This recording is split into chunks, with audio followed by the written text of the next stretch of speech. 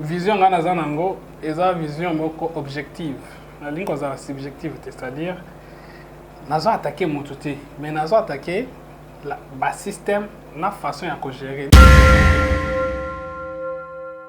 gouvernement a une décision adéquate on a descendre sur les lieux kota la nini batwaza nango pour ça et lorsque je suis na bango basala ki ezaki batumoko baba entre guillemets c'est-à-dire bazo kokoloba vraiment c'est ainsi ba petit peuple baza à la base bazo zela ba réaction bazo mona yango te et aussi en français balobaka le ventre affamé na point d'oreille. Alors, bon, on prend la maman parce que maman a d'abord monté mon monnaie.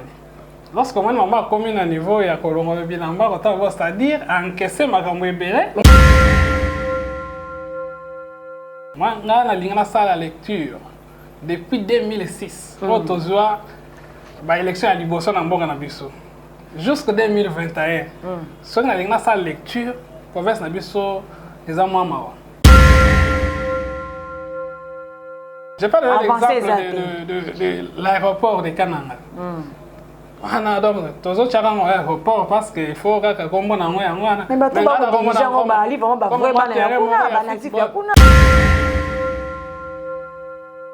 l'aéroport à 20 mètres, érosion et Moutazo qui pète, tout le monde passe par là. Les députés, Yakananga doivent savoir qu'ils ont du pain sur la planche. Ceux qui sont à Kinshasa, ils ont pour Olala. Ils ont pour battre l'image. Est-ce que Banzelo bango bazo tambo na Kinshasa? Ils ont Banzelo, ils ont pas na bango na Kananga. Correcteur News TV, Awande correction, il y a News tout. Donc Awande, on assure quoi. Suivez Correcteur News TV pour avoir toutes les informations crédibles et fiables. Correcteur News avec Yemoko Rachou. Rachou, la caramel, check.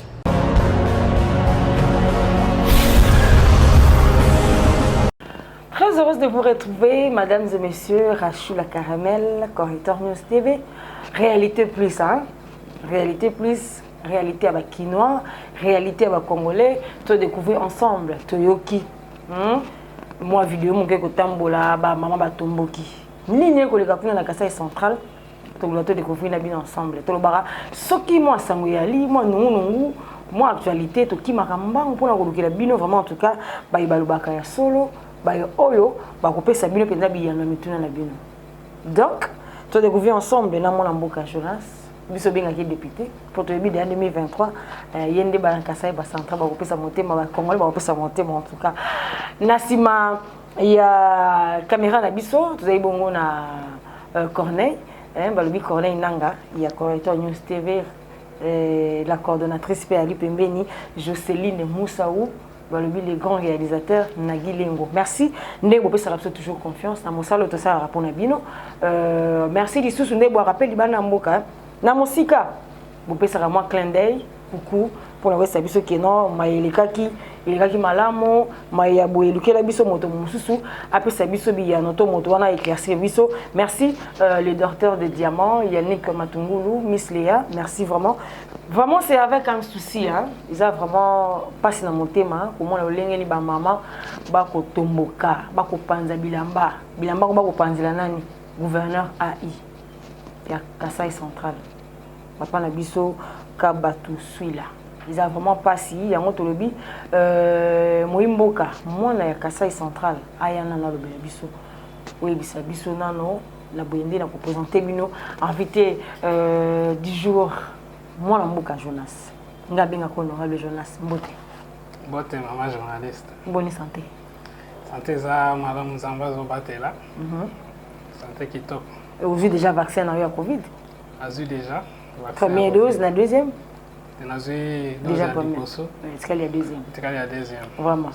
Tout ça, le roi, moi, dans mon Jonas, tout ça appelle le roi Mokonzamboka, tout ça appelle le roi Josie Moussa Batounia, sur le vaccin. Tout ça appelle le roi la papa Nangaï, Denis Kambaï. Il y a qui déjà deux uniques. Vraiment, tant Zaki, Napoto. Vraiment. Mon Amboka, Jonas. Et elle passe comme on a vu, j'espère que vous allez à Kasai central. okindeni na komona bomo nazali mwana Kasai central kotala makambo ndengo wana ezali vraiment malamu te parce que tozotambola na ba province ya bato mosusu tozomona makambo eza kotambola malamu même si ce n'est pas à 100% mais eza kotambola bien mais epa na biso mpona nini kaka tout moment makambo ya ndenge wana po toyoka pena Kasai central ni ya province moko ya problème donc eza province problématique s'il faut le dire comme ça. Oui, eza vraiment problématique mais eza province moko ya bato oyo balingaki komitika bakosa bango bakosa bango balingaki kotika bakosa bango parce que na mboka na biso quand même moi organisation ekomi yake après 5 ans mapona maison salema c'est-à-dire eta azopesa bato nyonso chance ya kopona bato baya kolobela ye parce que mpona Kasai central bakozwa te 1 million de personnes baya koloba tolingi boye bakozwa te 5 millions de personnes bahabitant nyonso il faut mutu moko bato mibale bazo représenter province babanda koloba makambo wana na gouvernement central voilà. Et le gouvernement azwa badécision adéquate mpona kodescendre sur les lieux kotala nini bato baza nango mposa et lorsque choix na bango basalaki ezalaki bato moko bababa entre guillemets c'est-à-dire bazo koloba vraiment te c'est ainsi petit peuple baza à la base bazozela baréaction bazomona yango te et aussi na français balobaka le ventre affamé na point d'oreille lorsque mutu aza na yo akolia te ako agir d'une manière d'une autre mosusu akoyiba mais eza na bizaleli na ye te mais aza gouverneur ai papa na biso kaba tosui la tokoloka kuna na lwalaba gouverneur ai akosala mosala bongo ya bino akosala mosala te tant ozolobaki non le ventre affamé na point d'oreille eli koloba nini par exemple nalobi bongo mpona bamama wana parce que mama aza d'abord moto aza na motema monene lorsque moi maman akomi na niveau ya kolongola bilamba kotala c'est-à-dire encaisser makambo ebele mais il faut faire attention tomona mpe ya boye mingi bazala manipuler to batindi bango po kala mingi te élection ya baprovince ekosalama c'est ça le problème faut le maintenant kokota na mozindo koyeba bamama bazo réclamer nini soki eza droit na bango. Et qu'est-ce que le gouverneur est censé faire? N'oubliez pas aussi qu'il y a un gouverneur AI, c'est-à-dire tout en étant intérim, ils ont le pouvoir tout en étant intérim, ils ont jouir vraiment dans la plénitude, à 100%, limité. Il fallait ce que ma maman a vu ça. Oh, peut-être bazal na ma maman na peut-être ayebi connaissance ya fonctionnement institution politique te ayebi administration te. Il faut communication maintenant et jouer ma casse. Pour récemment le gouverneur to na ye aza gouverneur au fois azalate aza intérimaire. Voilà ce qu'il peut faire tala o ya ko salate. Mais lorsque la communication est exatée, maman ko silika. Et maintenant ça devient un peu dangereux parce que ma maman on déba boti biso. Et lorsque maman zolo mo bilamba liboso na yo donc eza on les a maudit gouverneur comme déjà maudit papa na biso eza vraiment malamu te et ça les biso passe kota na ba biloko wana aussi longtemps que ba mususu bazo avancer biso tozala kaka po na ba détails ya mike ya kota les cambo entre gouverneur na ba maman aussi longtemps que nzele ezate na kana aussi longtemps que lumière ezate électricité ezate aussi longtemps que mai ezate aussi longtemps que ba infrastructure tozo lingue kota ba banque ba biloko ebele ezate donc kananga il faut tozo conscience mais tant que moi na mabele moi na mabele yo zape moko membre na kati ya Grand Kasai yo za bongo ko kamba mapa papa na biso Denis Kamba que je sali na musika okoki ko bisa biso yo moko d'abord ndenge mo na gestion il y a province Nabino. AI, c'est vrai qu'il y a limité, mais quand même, il y a ça là. Tant que il y a ça l'intérim. C'est qu'il y a ça là pour la population, il y a province là. Oui, il y a ça là, mais la gestion de la province, gestion de l'entité décentralisée, ils en ont des règles. Pourquoi? Parce que tout en étant intérim, c'est-à-dire, une injonction de quelque part. Il y a un montant articulé intérim. Une injonction dans le gouvernement central. Il peut être aussi terrain, bien sûr, à Monique et l'autre faut dans ça. Mais lorsque le PCA d'abord, autorisation à ça, ça va prendre du temps. Le problème maintenant, c'est lorsque azu moyen ko s'exprimer te liboso ya bato. Et là, besoin senga ko sala maman na ba moment moko boy. Donc c'est ça la diplomatie que le gouverneur allait appliquer. Mais s'il faut faire la lecture, il y a province, lecture, il y a gouverneur, AI. Il y a là par rapport à la province Moussoussou. Parce que la province Mingi P, les loro, Bazali, dirigé na ba AI na bango. Comme ça la lecture, on a le banini par exemple. Bon, moi, j'ai la lecture depuis 2006. Quand on a l'élection à Liboso dans Mbonga-Nabiso. Jusqu'en 2021. Si on a la lecture, la province Nabiso, les amants. Parce qu'il y a Biloko Moro Totika en 2006. Et puis, on a des bancs à Miki. Tu as Kishasa, tu Tangi, tu Silisi, tu Zongi, tu as dit Biloko Angan, coûte et diminuer les sources. Je parle de l'exemple de l'aéroport de Kananga. Donc, tous autres gens ont aéroport parce qu'il faut que les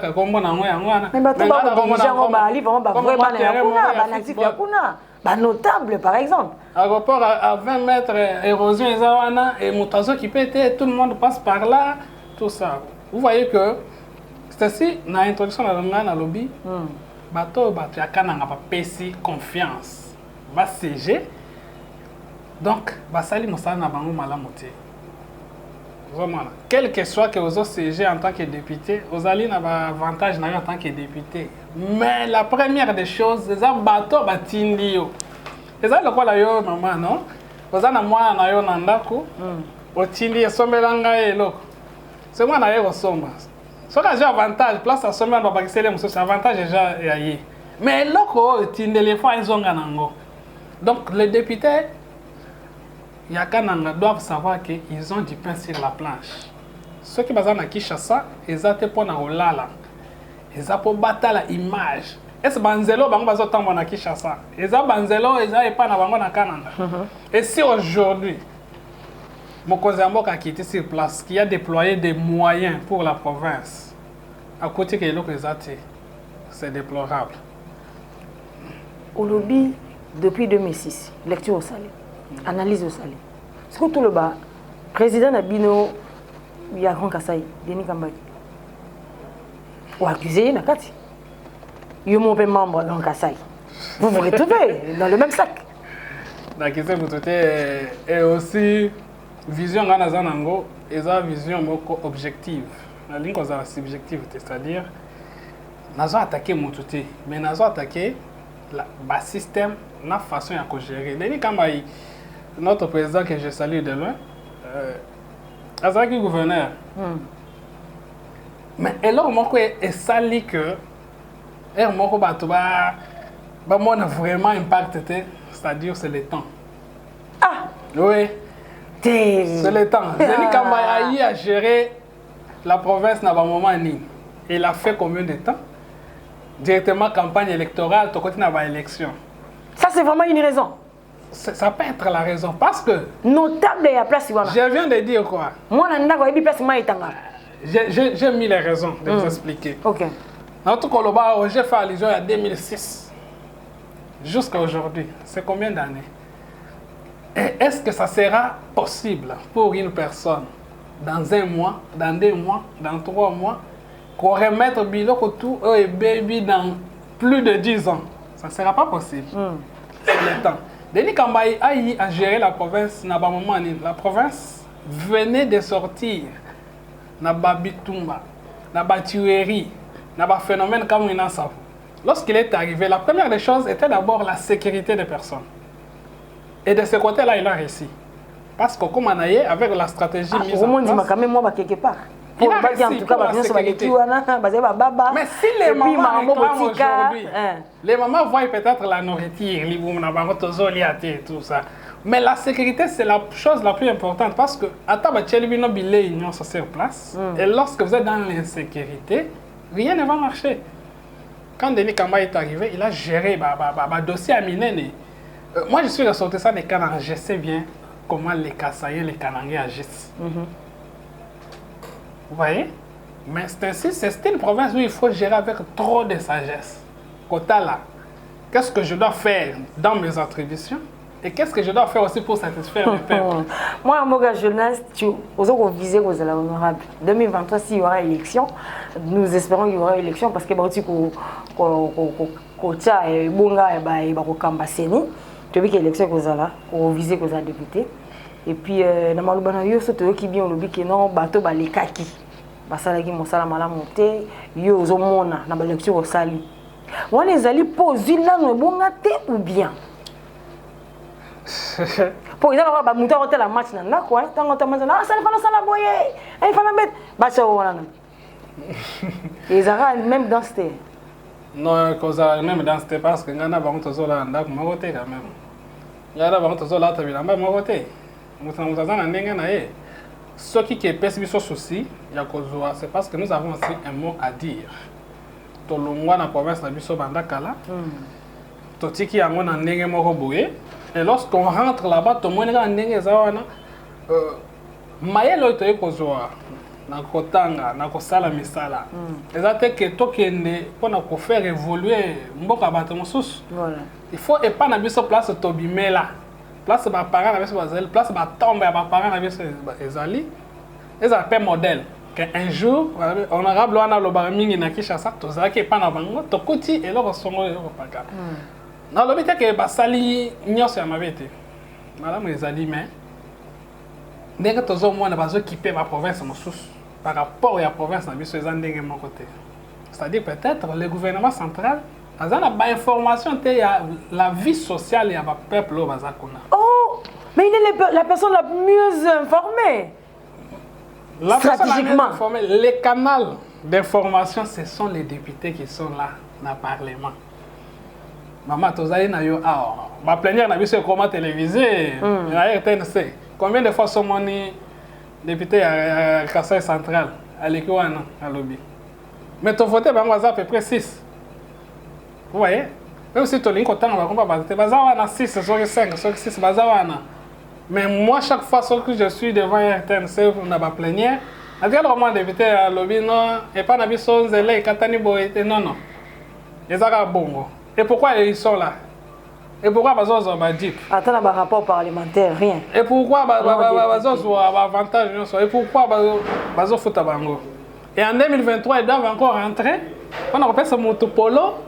Dans le monde, on a escroqué il y a 5 ans. Mais qu'est-ce qu'il faut faire? Moi, c'est Sopani, ou bien les gens souffrent, comment on a vu par maman. Bon, vraiment, c'est vraiment très. C'est qu'il faut faire. Qu'est-ce qu'il faut faire pour nous sauver? Les mamans doivent mettre un peu d'eau dans leur vin. Parce que déjà, tu as déjà 2022. 2023, élection est allée. Donc, on va prendre l'air mal à la princesse Zélati 2023. Une année de plus. Oui. Ouh, mais c'est pas possible. Zéla parce qu'il y a une autre équipe, une autre vision à la province. Entre-temps, déjà, dans la minute, on parle du peuple d'abord. Dans la minute, comme nous ne sommes pas encore dans l'affaire, les gens qui sont là. Doivent s'assumer. Parce que c'est mandat à Bango. Mais les mamans doivent retenir que lorsque le mandat est commis. C'est que le peuple d'abord, ils ont un slogan. Bango, bah, bien monté. Même les députés, ils ne savent pas le peuple d'abord, c'est quoi? Qu'est-ce qu'il faut faire? Il faut voir dans quelle mesure nous avons dirigé à Zokamamili Mabatu. Azan associé le peuple d'abord ou bien Azan Angote. Le peuple d'abord est un slogan, parce que surtout le biais est un slogan, c'est-à-dire que la province va évoluer. Pour nous, ils ont d'abord le problème de la conscience. Qu'on soit conscience que même si je suis là, ils apprennent à battre. Tu vois, dernièrement, Batu va critiquer. Il y a eu des gens, Balobi Mabé, Ndengeza Boye, Mukonzamboka, Mukolakoya na Kasai, Bakoyambaye, dignement, Azimbo Kondi, moi na Kasai, mais Kasai jusque-là, en tout cas, il aura malongate. Il y a ce qu'on appelle les bruits de la rue. Makile de Anzela, ils ont rappelé. Le président lui-même, je me souviens, les jours qu'on a publié par résultat, Nabutu, et que c'était lui qui a été élu président, à cela qui discours moko, ce que vous en lobby, je ne serai pas président et attribue moko, mais je suis le président de toute la République. Tout en étant président, il a 26 provinces devant lui. Et chaque province est dirigée par un gouverneur. Le président a un problème. Le président a joué mon salaire. Mais à part le président, quand même, la province, c'est mon ami qui s'en a dit, mon salaire sage-femme. C'est-à-dire, maman, elle a un robot, elle a déjà un douleur, mais ça, il faut le voir comme ça. Non. Le président ne peut pas causer la présidence mobile. Dans l'institution, parce qu'il est kassaïen. Il y a le représentant de cette province-là qui sont là. Même si il y a un associé qui n'est pas nabiso et pas nabiso, mais ça doit suivre le circuit normal. Il y a le ministre issu du Kassai. Il y a le député, Baouti Kassai, Bazawana. Est-ce que l'information des autres comme le président? Et aussi, moi, journaliste, je vais ajouter une chose on a la ligne à chaque président a visité ma place. Les Kanangais qui me suivent doivent un peu côté le roi Namutu. Lorsque tout le monde président Zoya dans la province, attends moi et bimagana ngote, je vois que des oiseaux mobilisés par Fongoli Maïti et par exemple là. Ce qui est là, ma bébé bakobongi ça la veille. Quand zélé à ma bébé on va coller qui se présenter, va coller ça quand zélé on a là. Très bien. Konga est pelé. Et lorsqu'on zongi qui chasse, il sait que non, président est pas dans le courant exact. J'ai été là. Amana qui courant, amana qui maïna zéla. Ce que président est, bon temps vous savez quand zélé à ma bébé on. Amona qui mboko yo et kouf musali les autres c'est ma bien été. C'est ça ce qu'on appelle l'hypocrisie, surtout chez le gouverneur. Ce président Zoya, ministre Moko Zoya, il veut donner l'impression que tout va bien. Alors que tout ne va pas bien. Vraiment. Il faut dire la vérité en face. Vraiment. Moi, Lamboka, Jonas, bazolanda biso en tout cas, banangilengo, batebele, bazolanda biso. Parce que tant qu'on est sorti des crises, c'est vrai que la province, vraiment, ils ont la crise, sorti des crises. Moi, Jonas, il est qui? Qu'est-ce qu'il a? Qu'est-ce qu'il va faire? Il a quoi? Hein? Aux hommes, dis un peu, mettez-moi les solos mouqués. Et là, on est rassuré, la province. Ok, merci beaucoup, mon journaliste. L'assurance vient de Dieu. Mais ce que je peux dire, c'est peut-être que pilon notre autres. Mon taille va déjà que ne pas pilon non d'accord cause aller à 2 niveaux 3 niveaux. Ben Jonas Kabang, c'est ça mon nom complet. Naza natif à Kananga, abotami na Kananga, na tangi na Kananga, na koi na Kananga. Donc naza carte à Kananga na motu. Ata na molili na yebi ke le pango ya bato tel exemple place tel. Nazali na eloko ya ko porter na population kanangaise ezate ke na pesa bango polo. Consommer la bango Thompson, consommer non. Mutu na ngai nde nazo ya na ndango. Je m'explique. Tolongwa province na biso toye pona koyo otanga na Kinshasa. Kozwa mayele. Tozwi mayele, to créer, to sali makambo to moni ke ezokende. Soki déjà na ba groupe ya bato muke, ozali ko kamba. Ozo mona déjà ba voix est sorti. Ozo pesa bango ba o bazana bango na ngo bosenga. Vous avez déjà une expérience que ceux qui l'ont à combien de places voilà ce que je vais faire. Yo Sosalini. Wapi. Fondation Bebasika. Oui que combien de places Naza initiateur et fondateur de la fondation Ben Jonas, la fondation qui porte mon nom. Zo sala ba œuvre na ville à Kinshasa. Moussa l'État il fallait ça là. Mais bien sûr quand même tout ça là. Bravo pour ça. À nos propres moyens, à mon ressource, à mon quai, tout ça là. S'il y a au moins une ou deux personnes, parce que loco, il y a colia, parce que loco il y a colata plutôt, parce que esika il y a colala. Et ça, on salaire à l'État. Parce que l'État, on doit assurer la survie à la population. Mais l'État peut à Kokapignon sauter, il faut que la population soit bonne fois par pouce. Il y a un soulayer. Tozali ko sala. Fondation Ben Jonas, tozali ko encadrer bato na ba différents na ba domaine ebele, na yebi peut-être na ba mission mosusu to lobelango. Mais ba moyen na c'est limité. C'est sûr mais non. Si que le peuple nous donnait les moyens suffisants, on peut faire mieux. Le peuple vous donne les moyens? Si le peuple là Kanangé nous donnait les moyens. Les moyens c'est quoi? On facilite la tâche. Parce que la confiance. Parce que dans le Rwanda, on a été dans un député, on a été moi, Kavat, on a parlé du peuple. Mais si seulement le peuple, les Kassaïens là qui me suivent. Le peuple qui est dessus, vous donnez encore la chance. Oui. Kasnaza mouta s'est capté. Ah, ok. Ah, donc on a raison là, quoi. Est-ce que ça te que non, il y a pour y a? Non, nous sommes le pain goûté. Bando tangi, non, nous sommes le pain goûté, non, nous sommes le jipté, non, nous sommes le zuité, non, nous sommes le kékété, autant molité. Bah, peu sous confiance, bah, on peut baser les caca. Il y a un problème. Hein? Non, il y a équivoque, moi, il faut qu'on l'envoie dans toi. Lorsque mon oiseau, il y a que. Il va voter pour les paysans. C'est supposé, entre parenthèses, comme s'il est chômeur, il cherche du travail. Mais ce travail-là est rémunéré. Vous voyez? Le problème, c'est quoi? Il y a des députés qui sont rémunérés, mais qui ne travaillent pas. Le problème, c'est le travail, ce n'est même pas encore les biens. C'est si je suis sur la tête. Est-ce qu'on comprend la différence? Les avantages du travail, ok, mais la tête doit travailler, doit tourner pour que le peuple ait la confiance. Parce que dans le Parlement, nous avons les gens qui ont voté en 2006. Parce que en 2011, ils ont voté Bango. Parce que en 2018, à Zongeli. Est-ce 2023, tu sera le Moutouana? Non. Il faut aussi dire que tu ne pas le vaisseau. Coupe-toi, c'est-à-dire, oyo, appeler, attiquer moninga, on y a pas tout. Ah, il y a le Tilouba, ah, il y a un peu de bi, ils ont la coordonnatrice, je sais Moussa Oyo, déjà de loin, à quoi peut savoir moi quelques questions. Na Tilouba pour ah, il y a aussi le Tilouba, il faut te pomper pour le Tilouba. Mutu tukubi kileni honorable na chamu du moi je crois attendre ça mutu sombele mais en tout cas déjà bakwela bilongo twamba nyuka mufika kajinya ujwamba nani ujimweze chisumbwechi anumuchinsansa wenga yeba munda kuja kula wendujileni bana benu kananga bajiba kinga kaji uwo kubanyila anumuchinsansa bachingani kwena mubanga kwenu kananga to ulokubanga kune kuchinsansa toi ça dit là maman journaliste. Je suis un peu de benza. Tu vas chez le Mokana et moi tu sais ça parce que moi nous sommes là pour les moments.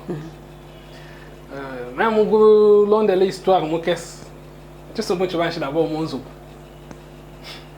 Mon zobo après mon quartier après tout comme on l'a là-bas na bakwe tout me va ngana tout akola tout ça. Mais plus malo akokana a dit ensemble comme mochima. Comme non il faut fondation uniquement installée pour être. C'est ainsi déjà quand on a déjà alerté que moi bon passer bureau peut-être décembre bureau du cadre kananga madame ma midi mu étudiant c'est tout zéro kananga parce que ça tout déjà va somber chibien tu vas chez tout pour être. Nyumani lukonkwelo abana betu bajukananga bajibakaba ibuvwa jingala to bajibuvwa chiluba na shamu jibamanye chiluba cyani cyetu cyakukana kakachene mushinu moto kwalite tujimuti sansa faut quand même batumvuila ko kulusa tutwambile nyanya ujwamanye ujulongolola njila bawe kuya kibaka kwasa pinje binjile chingani balubo bonsu nya uju twambile depuis 2006 toni lelo kakona nchanso jinzika kukananga tujibamanya kana tujibamanya kama na sap mujiki jabantu mana malo abuni bantu bajiba chilanzala kakuyi machine bantu bachijiba bandila hamai bendila mai bakuya kumisoko kwa bakangata biomba imbia jiji pinje chinganji jubalaya binjile chingani akuweshe bungwasi kwa kwenza mujiba kwa bubenza inasha mujo amani denika mbai kaba muwesha jibato weba kutokoto kuwa kutwambile ni tujuga mnanyo chivani jibani. Ça que dit là, maman journaliste, Denis Kamba est gouverneur. Gouverneur, quand tu veux le français exécutif. C'est-à-dire gouverneur, on dit un mandat, mais parce qu'à tout moment, on va dire qu'on va déplacer. Mais député, regarde, je vais vous dire, bon, Denis Kamba est Mikala. Gouverneur wani musome bijimo bitano kana ngavuka mushindo wa muto balo balo kumufesha jibu omanjibu dia election jibu dia ma trouble abo bolelu ujuku makase kwenda kibaluka ijwamba na to kimane ndiko makase kwenda kimane makase kwenda to ngingeza analyse mo kala wa muntu jure wela menji okay bamba kokana chini mo kubala ya cha confiance. Parce que tiens moi je regarde mon bokalenga to mais njinga ngata fondation nteko kananga fondation na mbulishi bana kananga bikon na mbulishi ba mama ba jiba panishi mu chisalo ni ambulishi ba sportif fondation na mbulishi bene tu jomba ba radio ma télévision fondation na mbulishi ma orphelinat ba kenyi ba mama ba kamba ba mukamwandu ba nibera ka jumoyo bana banshi ba mo mukankala même ya ni mo petit mo kan kalam Vraiment. na mbolo chez bantu bicole mais fondation tout le monde na moyen tout propre dans l'entretemps tout de préparer bon puis quand ba ko tu fais confiance tout le monde mo coinze bien bon puis quand le monde toma tu là enda mo chibo mi mwenza malo manen o já mais viemos para ter ambulância matanga bem coinze aí quand tu ne dis ne man pas ne ma machine to mais tu dis bani muito jos na sky mo fica mo abo jinga também vi kala ko muim wale lo ba ko mboka mkananga ko ito no mukamwesh bilamba bionse bidi mun kachamu bidi na ma problème le bo ko mo kana ko fi ko ndem ko machine bidi na ma problème bo ko mo ko ndem ko fi ka tene mo village natal wetu ma ko amwanza kona bidi chilamba panda mwanza ngum Nitetu bajiba kama banshi tuja tusambuka mai. Bidi mo na bandi bidi ma problème abun. Donc tu vas gérer beaucoup investir muito. Ko kana nga ko jibe antu bajene menshi. Ko jibe antu bajene bokolo boko enza mujum. Mais ka bene ni bya mujum to. Ko kana nga ko jibe bantu bajene mokuimana bajiri janza la ko kana nga ko. Mais ka bene ba peshe moyen to. Wana ko jibe bisuku bya bun. Bajene ko enza ma gym. Tu ma ba peshe to tumba benza ma gym. Badi mi awa produire ma va produire choma bantu bajibiji. Mais ka bene ba peshe to. Muntu mo manye mujum wene musoma.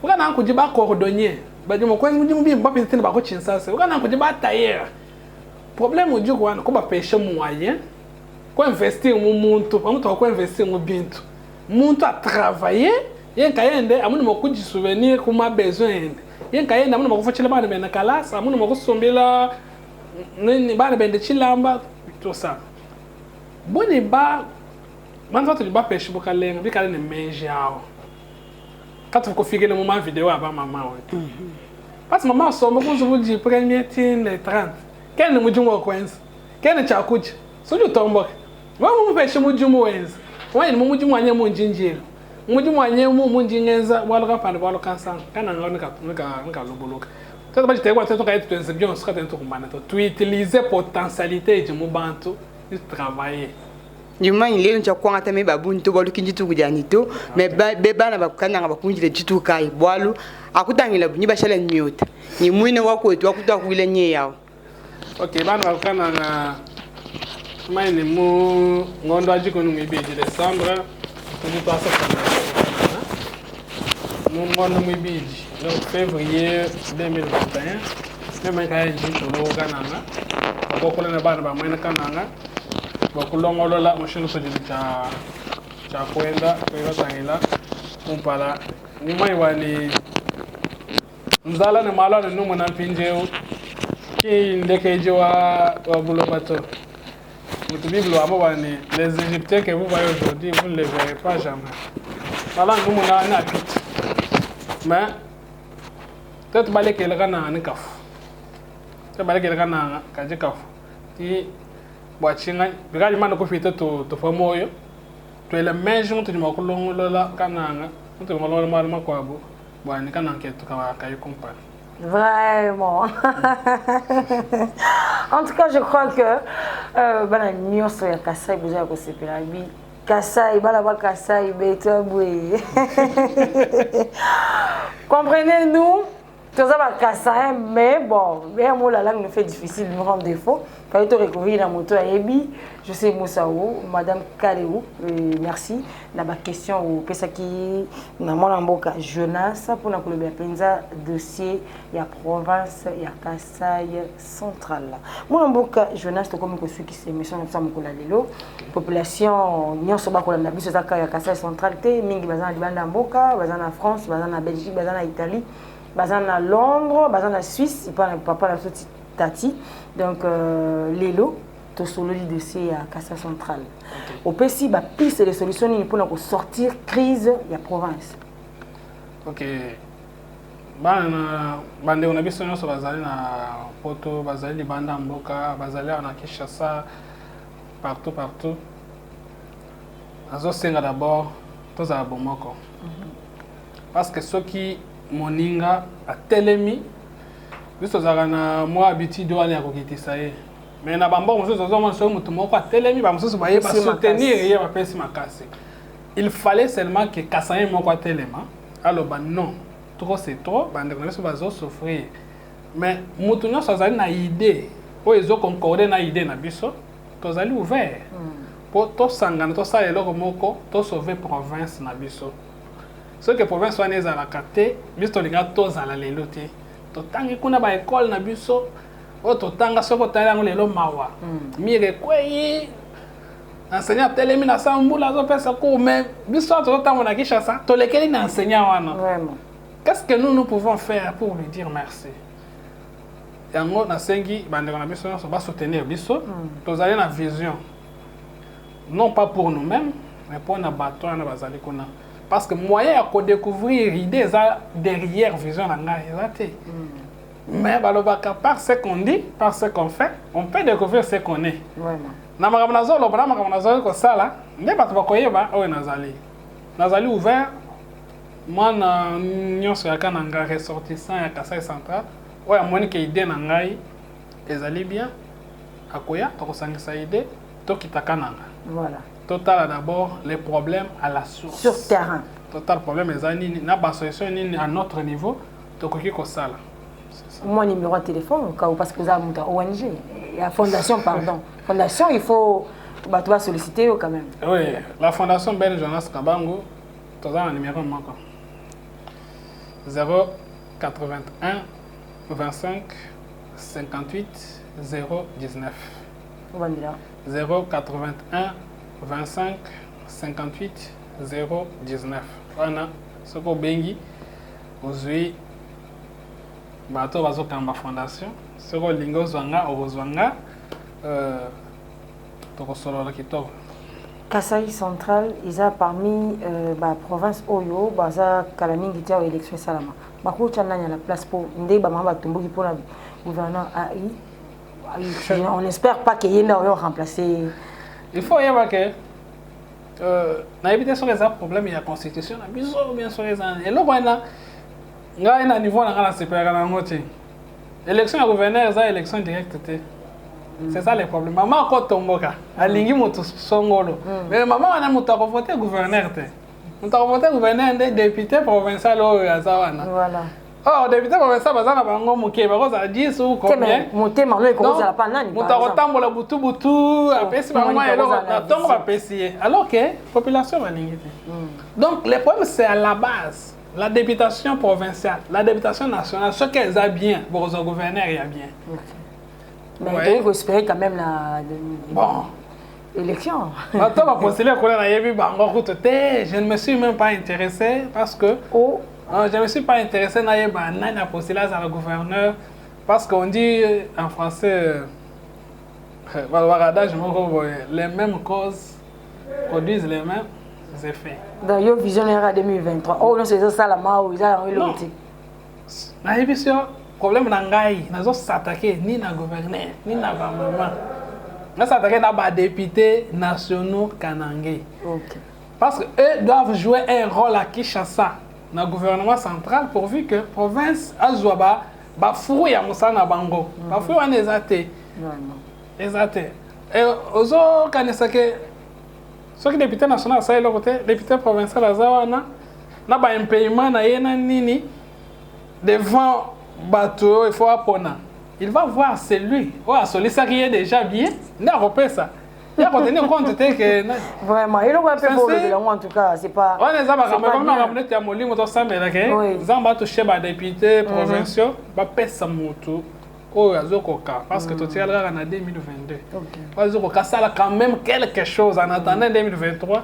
totalement ramené ni bien merci beaucoup mon Mboka Jonas c'était vraiment un réel plaisir au Mbayo merci c'est réalité plus aujourd'hui en tout cas merci Tobi Kezamba libosote to aussi m'a fait un dossier politique ya Mboka ezaka ma province te babi Mkongo Muluba mutete la Moswahili biso surtout unité nationale ndenge lobaka maman na biso maman nana mananima maman ministre près du président unité nationale cohésion nationale ndé ezali vraiment pour le retour le développement ya Mboka na biso pe bolonga Mboka ndenge mo mukonza Mboka lobaka merci d'être passé merci le plaisir est partagé vraiment Vraiment, c'était vraiment un réel plaisir. Hein?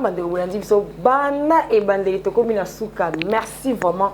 Mingi de Opé Sarabso, toujours confiance. Parce que ceux qui ont dit au compte de la télévision, au KNDP, la réalité, puis se découvrir ma Toloba Hilele. Toloba qui dossier à Kassai Central, au Nengi Bamamba Gondongwana Kuna, la Mona Mboka jeunesse, vous allez vraiment, Mona Mboka, Mona Mabele, il y a Kananga, Bokinenge Alubeli, tu as qui n'a jamais Moussa, Asunga qui bison la question, il y a Chiluba, merci. Nanagi Lengom, tu as serré technique à émission Mokola Lilo, Balabi, merci. La logique print. Ce que nous ça ça polo na yo, nous ça kepi, nous ça stylo ba comment, ils ont la place moi encore. Logique print. Kuna donc ils allaient dans mon salon moko très assuré et puis mon salaire kitoko na un bon prix. Merci na le boss Yannick Matungu babi le docteur en diamant il y a des fois quoi. Merci la Miss Léa, merci na ba vrai tout na Milou la bino les gars qui vraiment très kitoko en tout cas. Félicitations à vous, un coucou à vous et merci aussi à la personne qui était derrière la caméra Balobi Corneille Kassonga et les autres aussi. On ne manque pas Yawe Sabango. Merci de vous accompagner qui sont pour aller là. Quant à nous, nous vous disons ce que telle émission, les locaux égoïstes étaient aimés, commentés, puis partagés.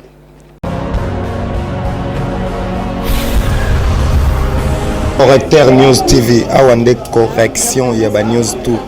Donc Awande, on assure quoi. Suivez Correcteur News TV pour avoir toutes les informations crédibles et fiables. Correcteur News avec Yemoko Rachou. Rachou, la caramel, check.